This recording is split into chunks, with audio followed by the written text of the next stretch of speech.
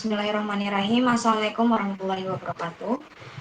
Pertama-tama, terima kasih atas kesempatan yang telah diberikan kepada kelompok kami. Perkenalkan, kami dari kelompok 3 yang kali ini akan mempresentasikan terkait dengan teori kognitif sosial dari Albert Bandura. Perkenalkan, saya Nela Nursyifah Nasir yang akan bertindak sebagai moderator sekaligus pemandu presentasi pada presentasi dari kelompok kami. Selanjutnya, adapun anggota kelompok dari kelompok 3. Slide selanjutnya.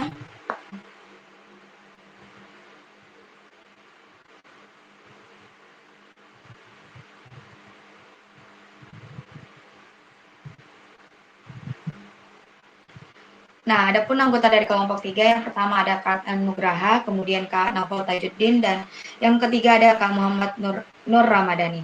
Oke, sebelum masuk pada inti materi kita pada presentasi kali ini, izinkan saya untuk memberikan gambaran umum serta materi-materi topik apa yang akan kita bahas pada presentasi kali ini.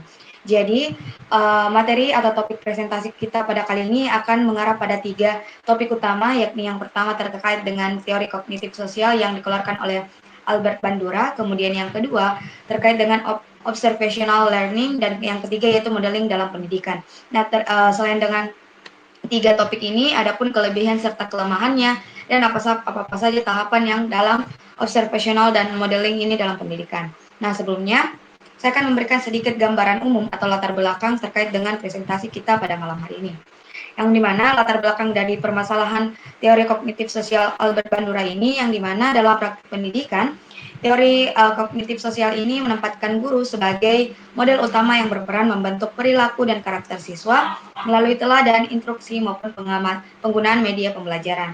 Nah, selain itu, teori ini juga memperkenalkan self-efficacy, yaitu keyakinan diri siswa untuk berhasil, yang terbukti berpengaruh besar terhadap motivasi dan prestasi belajar. Nah, dengan demikian, teori kognitif sosial Bandura ini menjadi salah satu dasar penting dalam pengembangan strategi pembelajaran modern yang tidak hanya menekankan transfer pengetahuan, tetapi juga pembentukan sikap, nilai, dan karakter melalui interaksi sosial. Nah, itulah tadi gambaran umum terkait dengan presentasi kita pada kali ini, dan saya kembalikan kepada pemateri pertama untuk membawakan materi inti dari presentasi kita kali ini. Untuk pemateri pertama, saya persilahkan. Baik, terima kasih atas kesempatan yang diberikan. Yang terlihat yaitu ilustrasi pertama eksperimen Bandura. Dalam eksperimen ini, anak-anak prasekolah ditempatkan di sudut ruangan untuk mengamati seorang aktor dewasa yang secara agresif menendang, memukul, dan memarahi boneka Bobo selama sekitar 10 menit. Setelah itu, anak-anak tersebut sengaja dibuat frustasi dengan cara mengambil mainan yang sedang mereka mainkan. Kemudian, dimasukkan ke ruangan yang berisi boneka Bobo yang sama. Hasilnya mengejutkan. Anak-anak yang sebelumnya menyaksikan perilaku agresif terhadap boneka tersebut cenderung meniru tindakan yang sama, bahkan tanpa pernah diajarkan atau disuruh melakukannya. Bandura juga menemukan pola-pola menarik dalam eksperimennya. Anak laki-laki 3 kali lebih mungkin menunjukkan perilaku agresif dibandingkan anak perempuan, dan mereka lebih cenderung meniru perilaku ketika melihat model laki-laki melakukannya.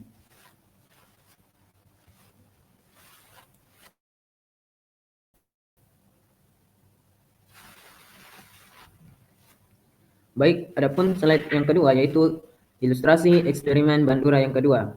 Ketika Bandura menguji apakah media yang berbeda memberikan pengaruh yang sama, ia menemukan bahwa anak-anak meniru perilaku agresif baik ketika melihat langsung melalui video maupun melihatnya secara animasi kartun.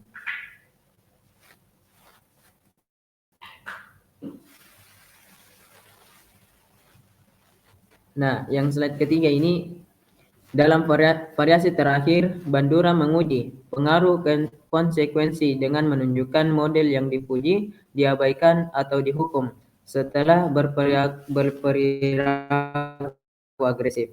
Hasilnya menunjukkan bahwa melihat model dihukum secara signifikan mengurangi kecenderungan anak-anak untuk meniru perilaku agresif, terutama pada anak perempuan, sementara melihat model dipuji tidak selalu meningkatkan imitasi perilaku tersebut. Baik, sekian saya kembalikan pada moderator. Oke, itulah tadi penyampaian terkait dengan ilustrasi-ilustrasi yang eksperimen yang dilakukan Albert Bandura yang menjadi pengantar kita untuk beralih kepada materi inti yang akan dibawakan oleh pemateri kedua kita. Untuk itu saya persilahkan.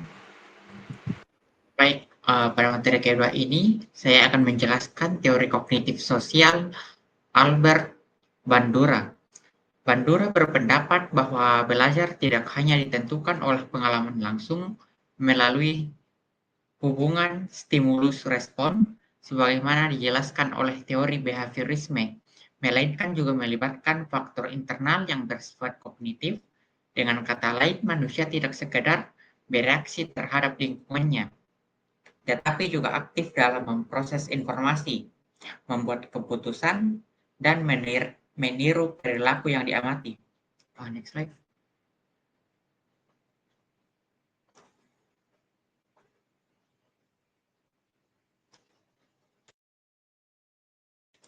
Observational learning berarti seorang dapat memperoleh pengetahuan, keterampilan, atau sikap dengan cara mengamati perilaku orang lain tanpa harus mengalaminya secara langsung.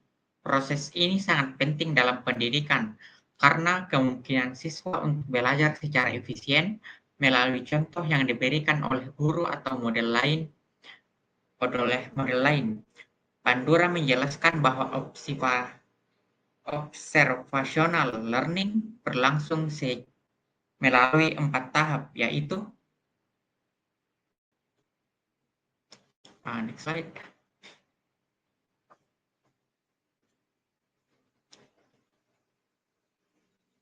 Slide selanjutnya.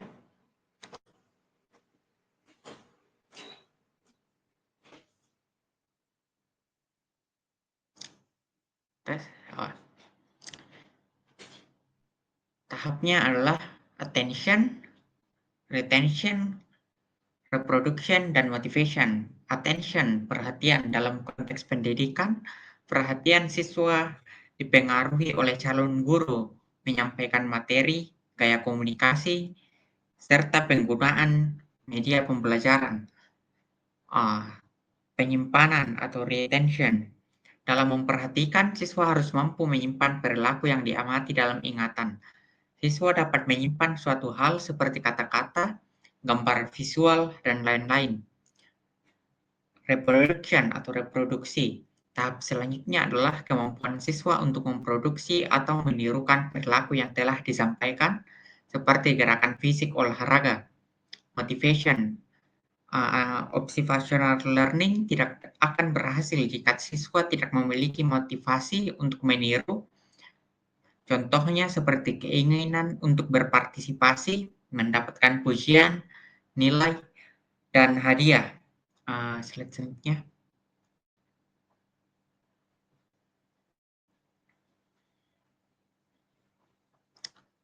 Modeling dalam pendidikan.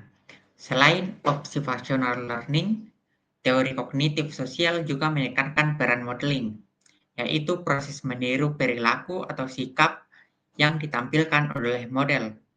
Menurut Bandura, modeling memiliki dampak yang sangat besar terhadap perkembangan individu, terutama dalam pembelajaran sosial dan moral. Untuk materi selanjutnya, saya serahkan balik ke moderator. Oke, itulah tadi penyampaian materi terkait dari pemateri kedua. Untuk selanjutnya terkait dengan jenis-jenis modeling, saya persilakan kepada pemateri ketiga untuk menyampaikan materinya. Baik, terima kasih. Saya akan melanjutkan materi tentang jenis-jenis modeling. Jenis modeling di sini terbagi menjadi 3. Yang pertama itu live model, di mana model yang hadir secara langsung dan memperlihatkan perilaku tertentu. Misalnya, guru memperagakan cara menyelesaikan soal matematika di papan tulis. Untuk model kedua yaitu symbolic model, di mana model yang ditampilkan melalui media seperti tokoh dalam buku, film, video pembelajaran, atau bahkan karakter dalam media sosial. Untuk model yang ketiga itu yaitu verbal instruction model, di mana model yang ditunjukkan dengan cara menjelaskan langkah-langkah tertentu yang kemudian dapat diikuti oleh pengamat. Contohnya guru memberikan arahan dalam materi praktikum sains. Slide selanjutnya.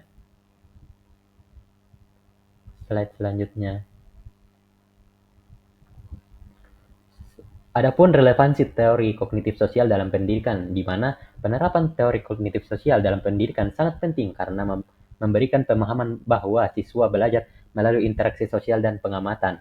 Menurut beberapa ahli, menyatakan bahwa penerapan teori ini sangat efektif dalam pembelajaran karena mampu meningkatkan keterampilan motorik, motivasi, serta partisipasi siswa dalam kegiatan pembelajaran. Slide selanjutnya.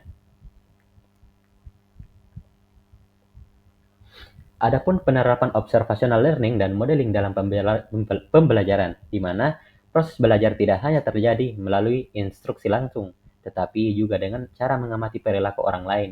Dalam konteks ini, guru, teman sebaya, maupun media pembelajaran dapat berperan sebagai model yang memberikan contoh perilaku untuk ditiru siswa. Seperti model pertama, yaitu guru sebagai model utama, di mana guru tidak hanya dituntut untuk menyampaikan materi secara jelas, tetapi juga menunjukkan perilaku yang sesuai dengan nilai-nilai pendidikan. Misalnya, ketika guru memperlihatkan sikap disiplin, jujur, dan konsisten, siswa akan cenderung lebih mudah meniru sikap tersebut. Nilai akhlak dan karakter tidak akan cukup diajarkan secara teori, melainkan harus diwujudkan dalam bentuk perilaku nyata guru di dalam maupun di luar kelas. Slide selanjutnya.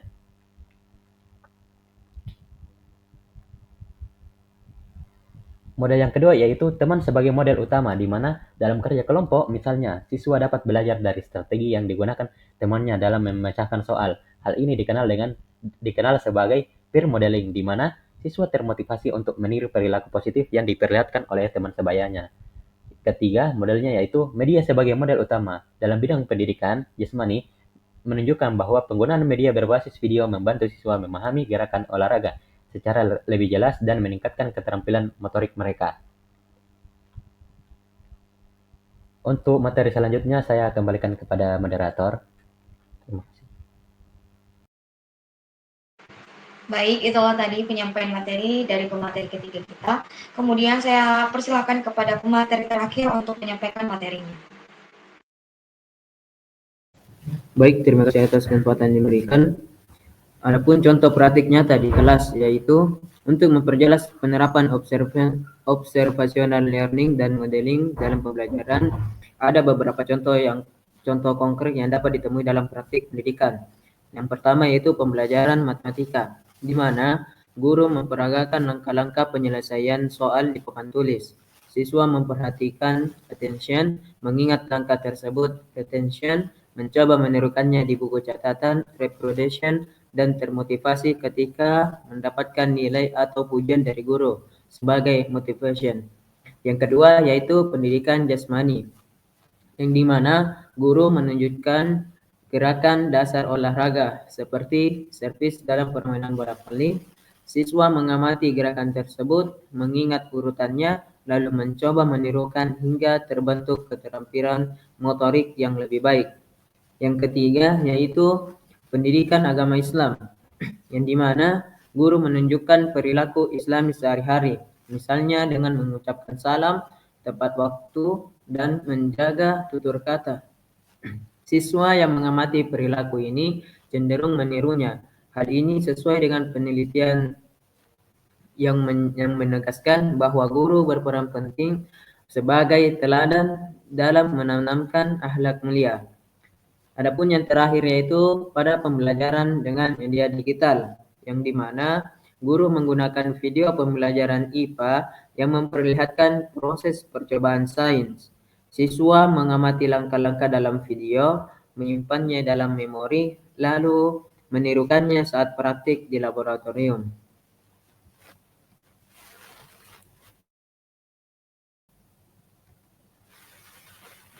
Baik, adapun kelebihan. Setiap teori belajar memiliki sisi keunggulan sekaligus keterbatasan dalam penerapannya. Kelebihan teori kognitif sosial dalam pendidikan yang pertama yaitu menekankan aspek sosial dalam proses belajar. Berbeda dengan teori behaviorisme yang hanya menekankan stimulus dan respon, teori kognitif sosial mengakui bahwa belajar juga merupakan hasil dari interaksi sosial. Hal ini membuat teori Bandura sangat relevan dengan dunia pendidikan yang pada dasarnya berlangsung dalam lingkungan sosial, baik antara guru dan siswa maupun antar siswa itu sendiri. Kelebihan yang kedua yaitu relevan untuk membentukkan karakter. Melalui mekanisme observational learning dan modeling, teori ini tidak hanya menekankan pada perolehan pengetahuan, tetapi juga sikap, nilai, dan keterampilan sosial. Guru dapat menjadi teladan bagi siswa, sehingga nilai-nilai positif seperti disiplin, tanggung jawab, dan kejujuran dapat ditanamkan secara lebih efektif. Adapun yang ketiga yaitu dapat diterapkan dalam berbagai bidang pembelajaran. Teori kognitif sosial terbukti relevan dalam hampir semua konteks pendidikan, mulai dari pembelajaran akademik, pendidikan jasmani, hingga pendidikan agama. Adapun yang keempat yaitu mendorong penggunaan media. Kehadiran simbolik model melalui video, film, dan media digital memungkinkan pembelajaran berlangsung hingga lebih efektif dan menarik. Siswa dapat mengamati model yang disajikan dalam media, menyimpannya dalam ingatan, lalu menirukannya saat praktik. Yang kelima yaitu mengembangkan konsep self-efficiency. Salah satu kontribusi penting teori ini adalah pengenalan konsep self-efficiency, yaitu keyakinan individu terhadap kemampuannya untuk berhasil dalam satu tugas. Dalam pendidikan, siswa yang memiliki self-efficiency tinggi cenderung lebih percaya diri dan ulet, hingga meningkatkan kualitas hasil belajarnya.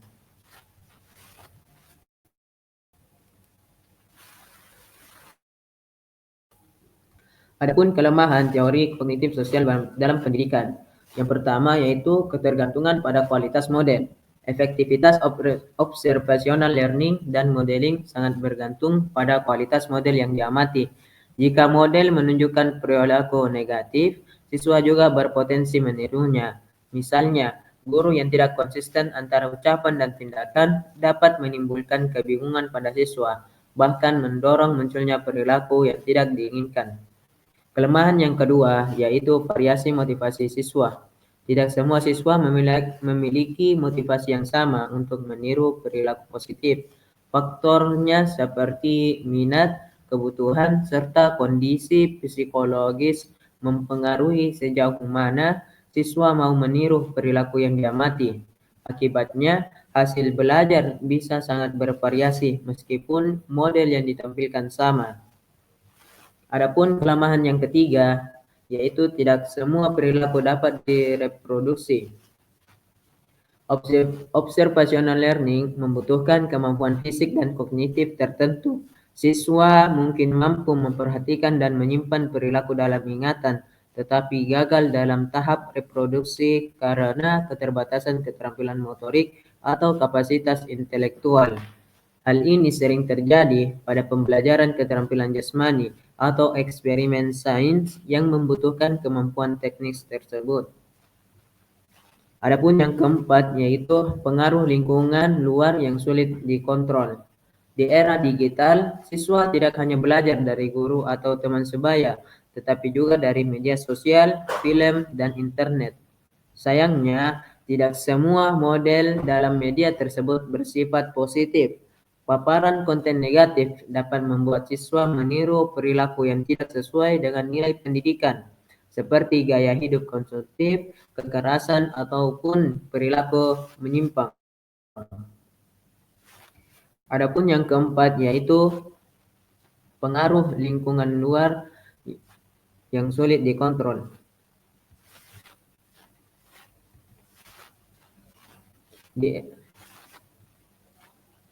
Adapun yang kelima yaitu kurang menekankan perbedaan individual.